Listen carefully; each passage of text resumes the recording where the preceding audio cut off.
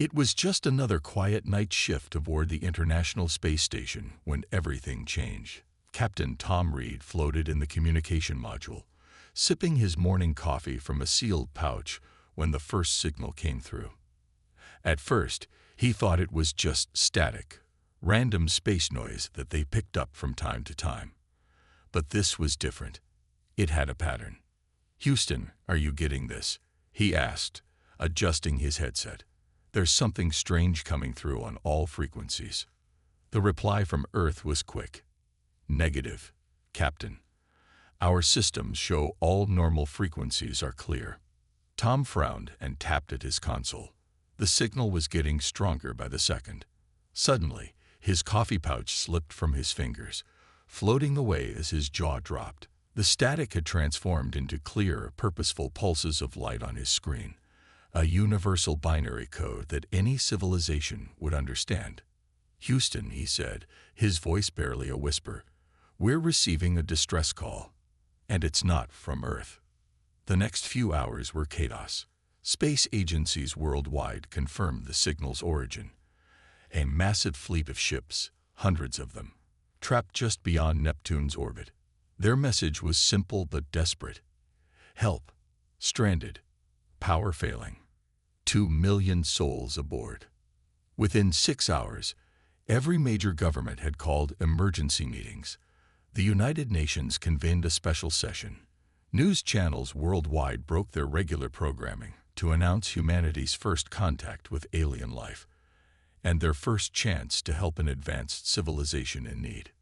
Tom watched through the station's cupola as more ships arrived into view, visible only through the most powerful telescopes. They were beautiful, sleek vessels that seemed to shine with their own inner light, though that light was clearly fading. The first clear transmission came 18 hours after the initial signal. The alien commander's voice had been translated through their advanced systems. "To the inhabitants of Earth, we apologize for our sudden arrival. We are refugees of the Stellar Alliance, fleeing from a natural disaster that destroyed our home systems. Our fleet encountered an anomaly in your solar system that has damaged our primary power systems. We have enough emergency power for basic life support, but without help, we cannot maintain it for more than a few Earth months." Scientists and engineers worldwide began analyzing the technical data the aliens shared. Their ships ran on something akin to antimatter power cells, technology far beyond current human capabilities. But the aliens' advanced systems had been crippled by whatever phenomenon they'd encountered. Tom was present during the first video communication with the alien commander. The being appeared humanoid but with skin that seemed to shimmer like polished metal. Its eyes were large and reflected light like a cat's. "We never expected to seek help from a pre-spacefaring civilization," the commander admitted, its translator converting its musical language to English. "But we have no choice. Our long-range scans show that your species, while technologically young, has a remarkable ability to adapt and overcome challenges. We hope this trait might help us now." The next transmission came from their chief engineer, who explained their dire situation in more detail. Their power cords were failing in cascade, and their automated systems couldn't compensate. They needed a completely different approach, something their highly advanced civilization had never considered. As Tom listened to the technical details, a wild idea began forming in his mind. He opened a channel to Earth, specifically to NASA's engineering division. "I think I know how we might be able to help them," he said. "But they're not going to like it. How quickly can we load a nuclear reactor onto a rocket?" The response from Earth was immediate. "You want to power alien ships with nuclear fission. Captain, that's like trying to power a Tesla with a steam engine." Tom smiled as he looked out at the distant fleet.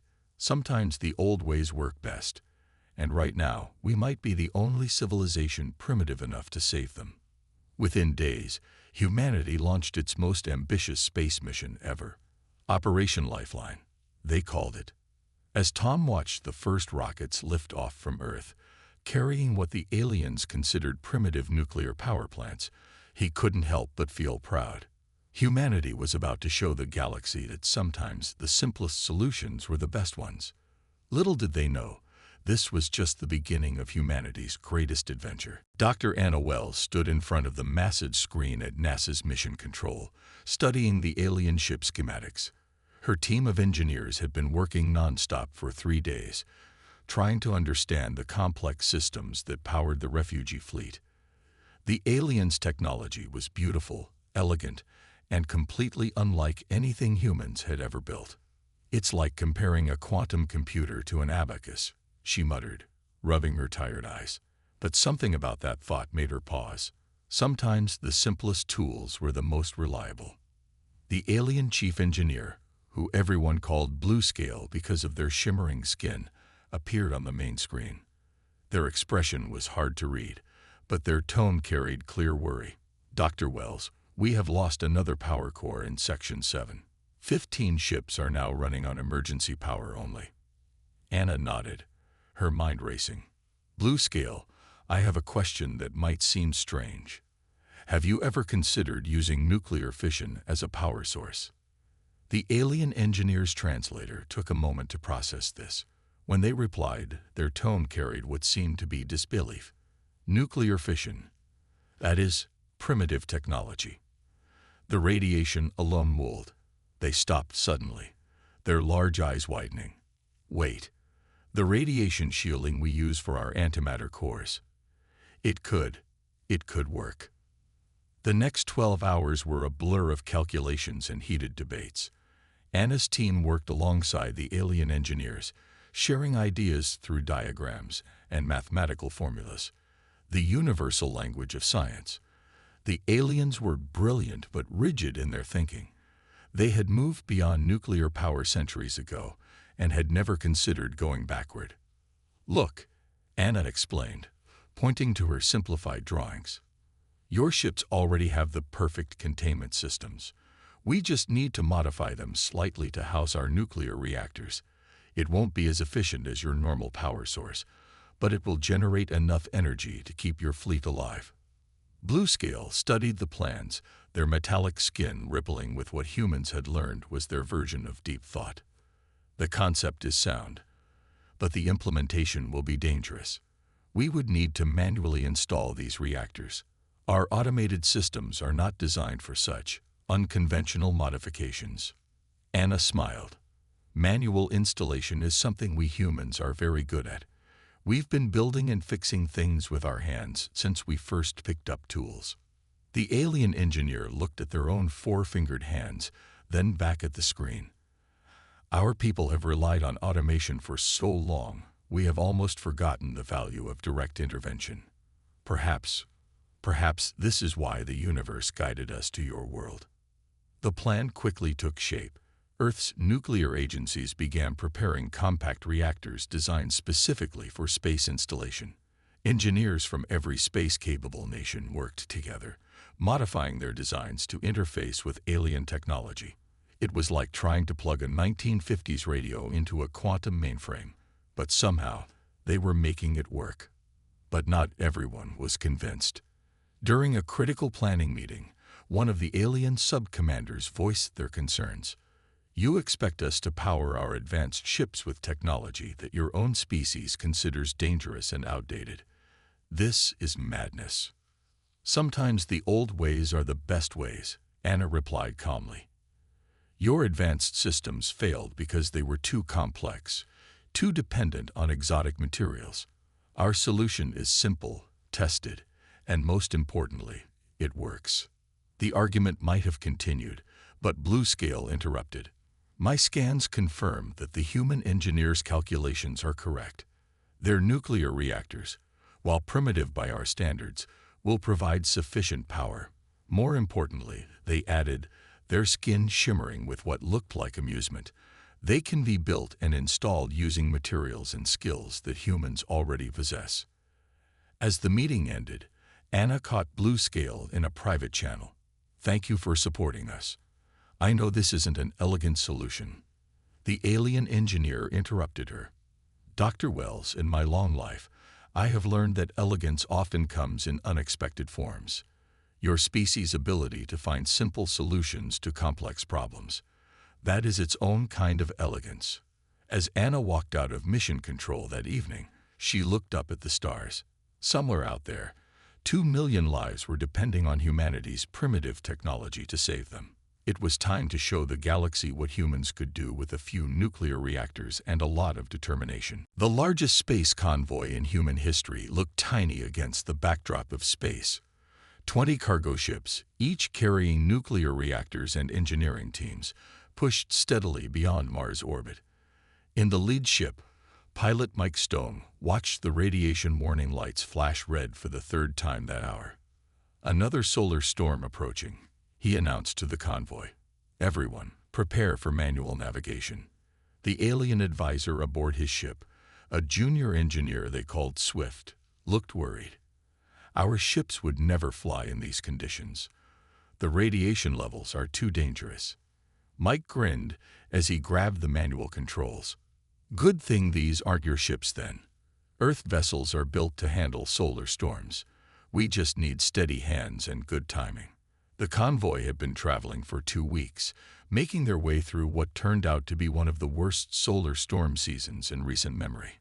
The alien ships, with their delicate sensors and automated systems, would have been forced to turn back. But human ships, protected by thick radiation shielding and guided by experienced pilots, pushed forward. All ships, follow my lead, Mike called out. We're going to thread the needle between these storm fronts. The convoy turned as 20 ships moving in formation. They looked clumsy compared to the sleek alien vessels, but there was a certain grace to their movement, the grace of machines built to endure the harshest conditions space could throw at them. Swift watched in amazement as the human pilots navigated through the storm. Their ship's computers helped track the radiation waves, but it was human hands on the controls that guided them through. The alien had never seen anything like it. Your species flies through such dangers regularly, they asked. Space is always dangerous, Mike replied, his eyes fixed on the navigation display. We learned early on not to rely too much on automation. Sometimes you need human judgment to get through tough spots. The storm intensified, battering the convoy with radiation and electromagnetic pulses. 2 ships reported minor system failures, but their backup systems, simple, robust, and manually operated, kept them on course. After 6 tense hours, they emerged on the other side of the storm. The alien fleet came into view. Hundreds of massive ships stretched out across space, their usual glow dimmed by failing power systems. By the stars, Swift whispered, "You actually did it. Our best projections said this journey was impossible in these conditions." Mike keyed his radio. "Alien fleet, this is Earth Convoy 1. We've got your power plants, and we've got the best engineers humanity could gather. Let's get to work." The first reactor installation was the hardest. Human engineers in spacesuits worked alongside alien technicians, combining technologies that were never meant to work together. Dr. Wells supervised from the lead ship, guiding the teams through the complex process. "Careful with those connections," she warned. "Remember, we're basically trying to power a quantum computer with a steam engine.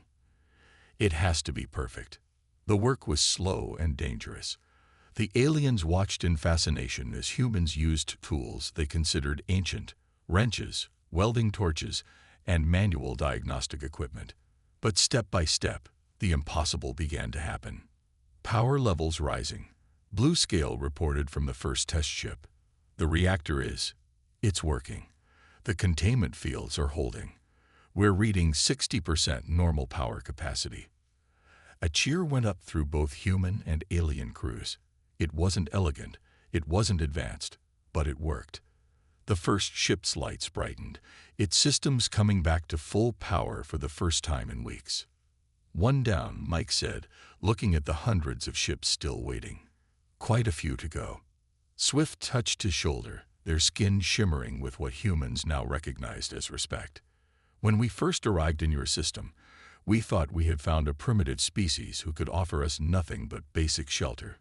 We were wrong. Your primitiveness, as we thought of it, is your greatest strength. You never forgot how to work with your hands, how to face danger directly, how to adapt." As the engineering teams prepared to move to the next ship, Mike watched the reactor's steady glow through the viewport. Humanity's primitive technology was about to save an advanced civilization. Sometimes, he thought, being behind in the technology race had its advantages. Engineer Jack Miller floated through the alien ship's corridor, carrying his toolbox in one hand and what looked like a simple roll of gray tape in the other. 3 alien engineers followed him, their metallic skin reflecting the emergency lights that lined the walls. "You really believe this primitive binding material can help seal the coolant leak?" one of them asked, their translator making the doubt in their voice clear. Jack smiled as he pushed himself toward the leaking panel. "Trust me, there's an old saying on Earth, if it moves and shouldn't, use duct tape. If it doesn't move and should, use WD-40. He pulled off a strip of the tape with a satisfying rip. The aliens watched in fascination as he carefully sealed the leaking joint. Within moments, the leak warning on their sensors stopped flashing. "Impossible," the lead alien engineer said, checking their instruments. "This duct tape is holding against pressure that would defeat most standard sealing compounds." "Sometimes the simple solutions are the best," Jack replied, patting his toolbox.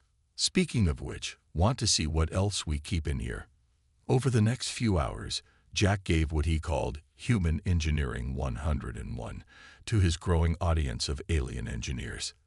They gathered around as he showed them the basics of mechanical repairs, manual troubleshooting, and what he called percussive maintenance, carefully tapping stuck components to get them working again. "Your species builds redundancy into everything," one of the aliens observed, studying the simple hand-powered backup pump. "It seems inefficient." "Efficiency isn't everything," Jack explained, demonstrating how the pump worked. "Reliability matters more when you're in deep space. A simple backup that works is better than a complex system that fails." As days passed, more cultural exchanges happened throughout the fleet. In the main refugee ship, a group of human doctors learned about alien biology while teaching their counterparts about Earth's medical practices. The aliens were shocked to learn that humans still used surgery, actually cutting into bodies to heal them, but they couldn't deny the effectiveness of these primitive techniques. In the ship's common area, off-duty engineers from both species shared stories. The aliens told tales of their lost homes, of advanced cities that could think for themselves, of ships that could fold space. The humans shared stories of survival against odds, of fixing machines with whatever was at hand, of finding ways to push forward when technology failed. "Tell us again about how your people reached your moon," one young alien asked Jack during a break. They had heard the story several times, but seemed fascinated by it. "We did it with computers less powerful than the calculator I carry in my pocket now," Jack said, pulling out his phone. "But we had something better than advanced computers. We had human ingenuity and determination." Bluescale, who had become a regular at these gatherings, nodded their head.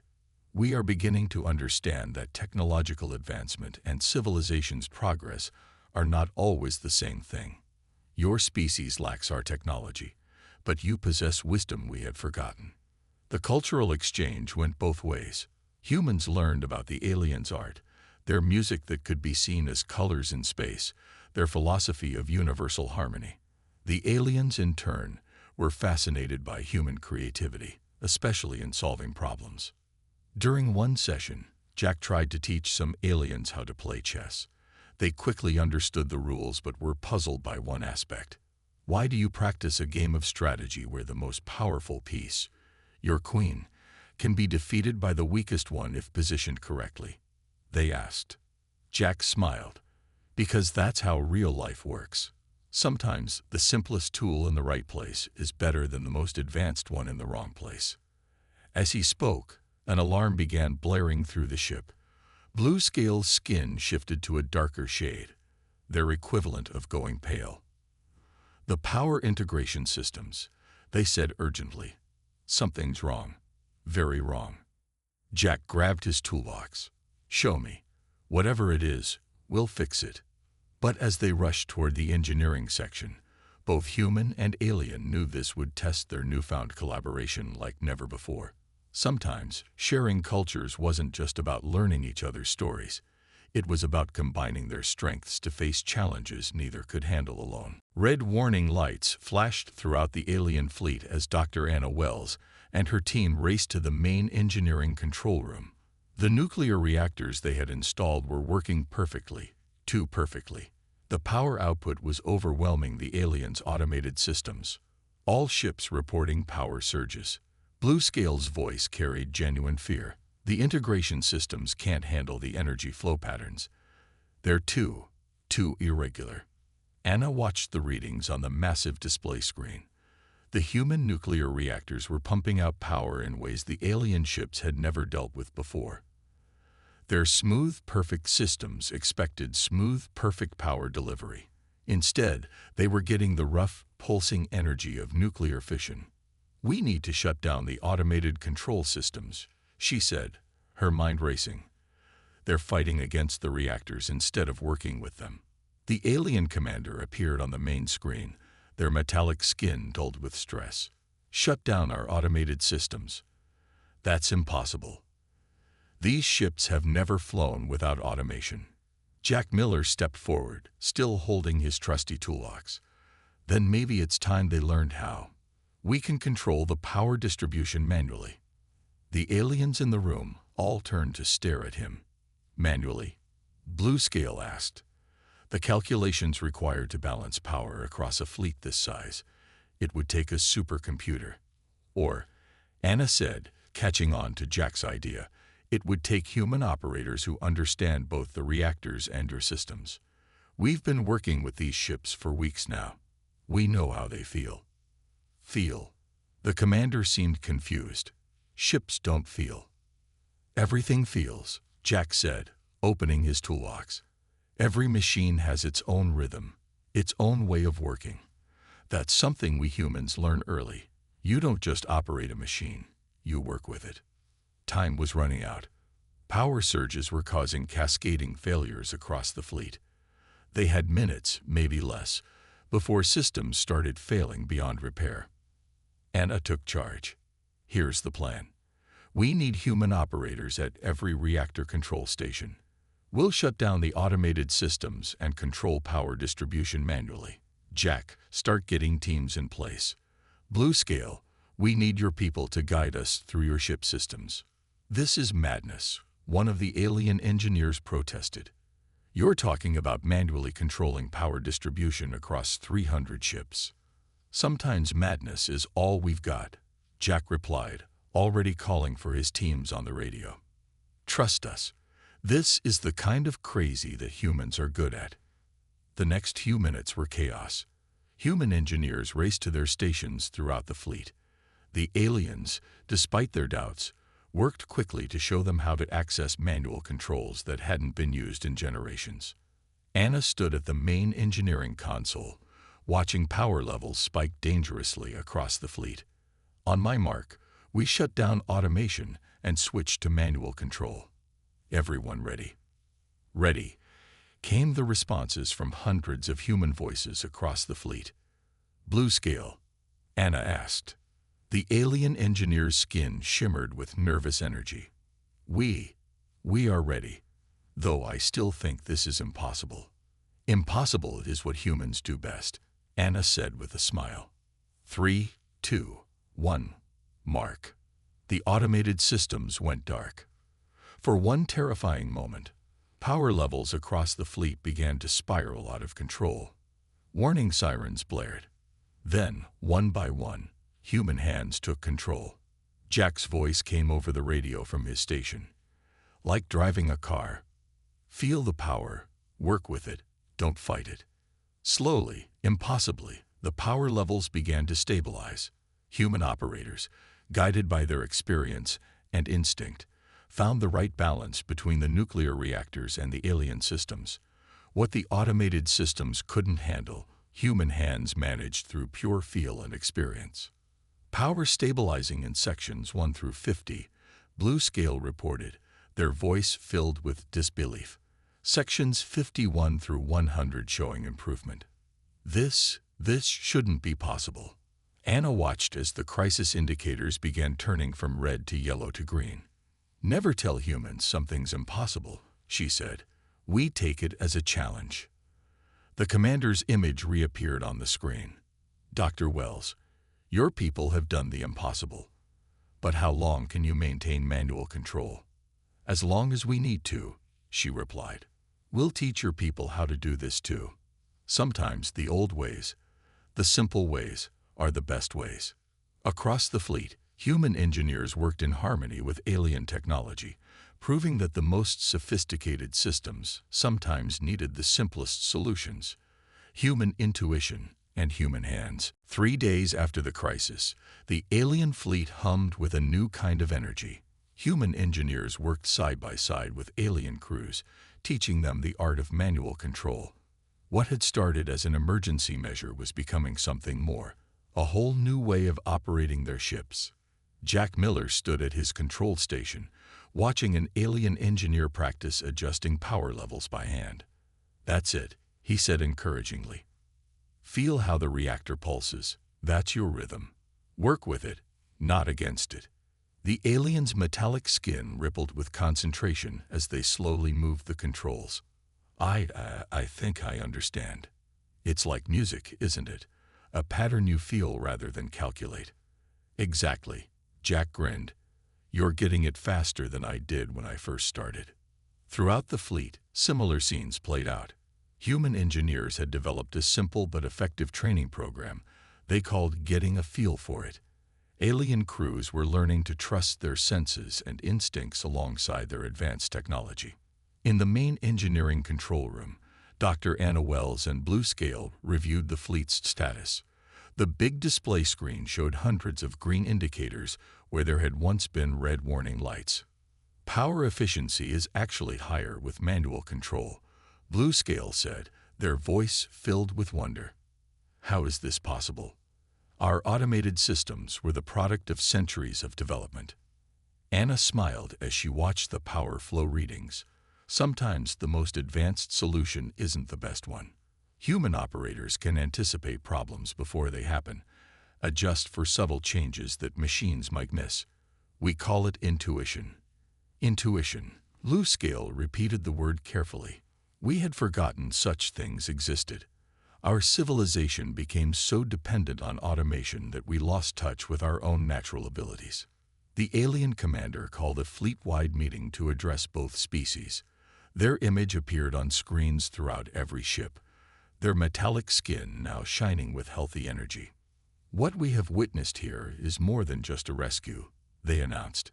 It is a lesson in humility and wisdom. We came to this solar system believing ourselves far advanced beyond its inhabitants. Instead, we found teachers. The commander's words reached every corner of the fleet, translated into both human and alien languages. These humans, whom we first saw as primitive, have shown us something we had forgotten: the value of direct connection with our technology. Their nuclear reactors, which we dismissed as outdated, now power our ships more efficiently than our own systems ever did. In one of the ship's common areas, a group of human and alien engineers watched the speech together.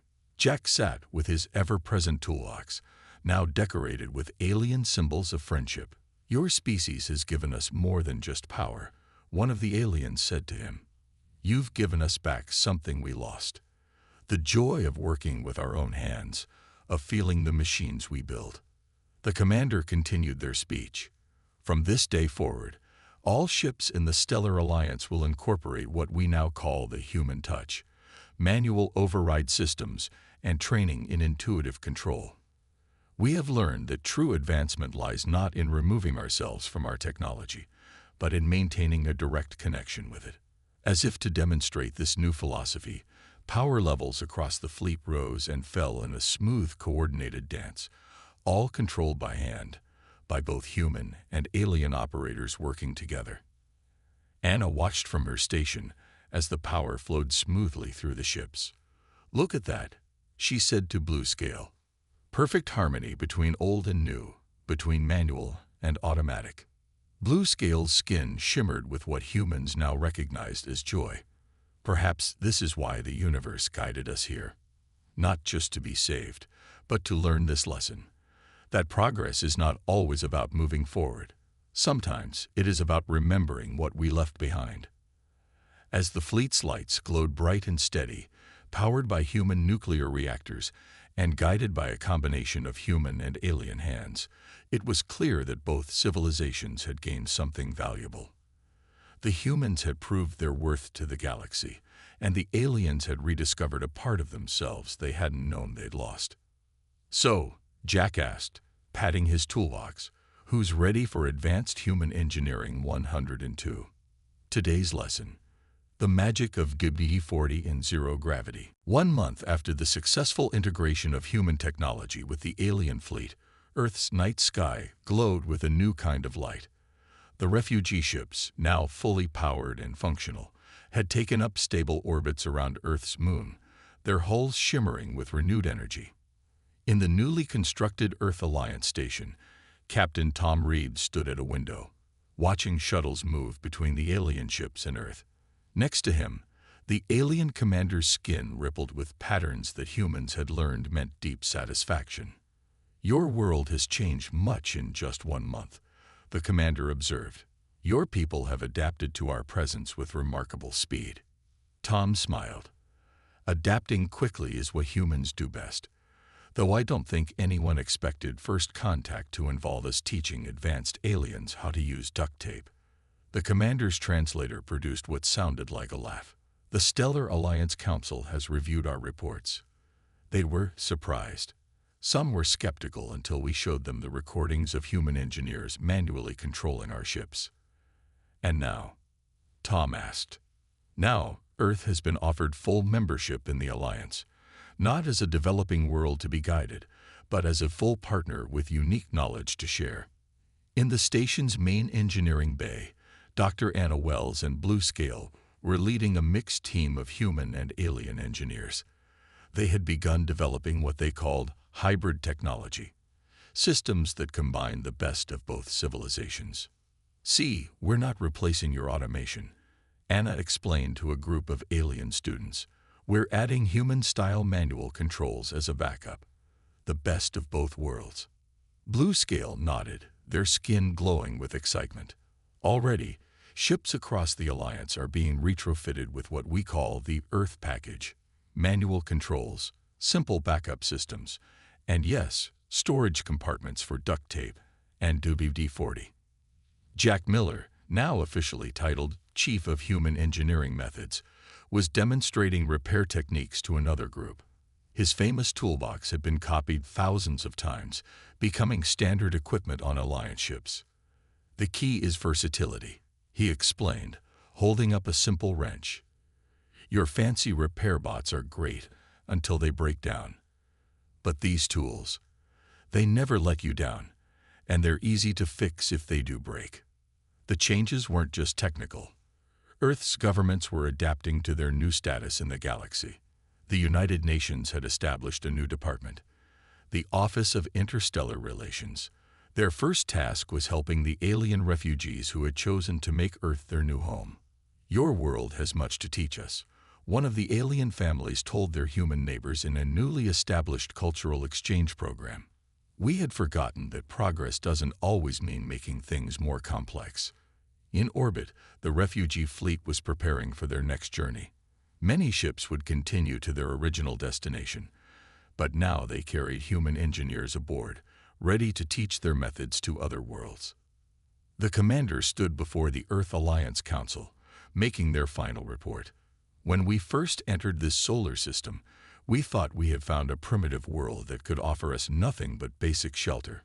Instead, we found teachers who showed us that true advancement lies not in abandoning the simple things, but in finding the perfect balance between complexity and simplicity."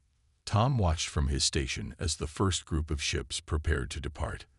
Their hulls now bore a new symbol: a human hand and an alien hand clasped together, with tools crossed beneath them. "You know what the best part is," he said to his alien friend Swift, who had chosen to stay on as his deputy. "We didn't just save your fleet. We helped both our species remember something important. "What's that?" Swift asked. "That no matter how advanced we become, we should never lose touch with the basics. Sometimes, the simplest solution is the best one." As the ships began their departure, their lights painting the sky in beautiful colors, Earth had changed forever. Humans had proved they could not only survive in a galaxy of advanced civilizations, they could teach those civilizations a thing or two about the value of keeping things simple. A message flashed across the station's communication screen, sent from one of the departing ships. "Thank you, Earth. You taught us that being advanced doesn't mean forgetting your roots. May your simple solutions continue to solve complex problems across the stars." Tom smiled as he sent back Earth's reply. "Safe travels, friends. Don't forget to pack extra duct tape."